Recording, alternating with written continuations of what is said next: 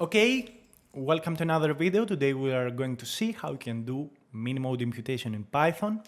Min imputation and mode imputation are two very simple imputation methods. Min imputation is used for numeric features that have missing values. What you do is replace the missing values with the mean of the column.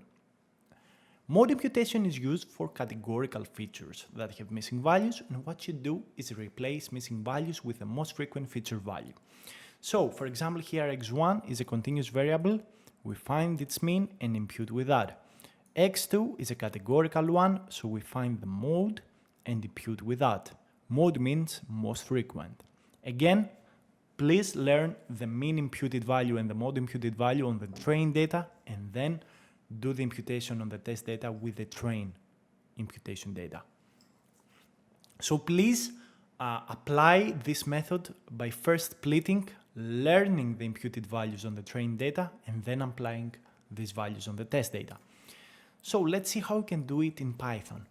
You first want to import the simple imputer class from sklearn.impute. So we do that right now. And then you specify your train and test data. I have just some very simple data here. And then you call the simple imputer. You specify strategy equal to mean. Call this object using .fit on the train data to learn.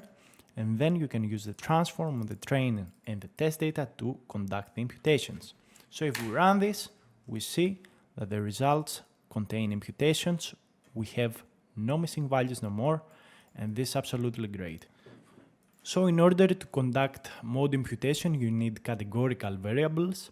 Here we have specified two arrays again with categorical variables.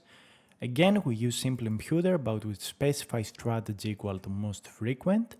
Again, we fit using the train data. So what you do is learn the categorical values for the train data, and using the learned categorical values, you impute the train and the test data with it. So let's run this and see the results. Great, it works just as expected.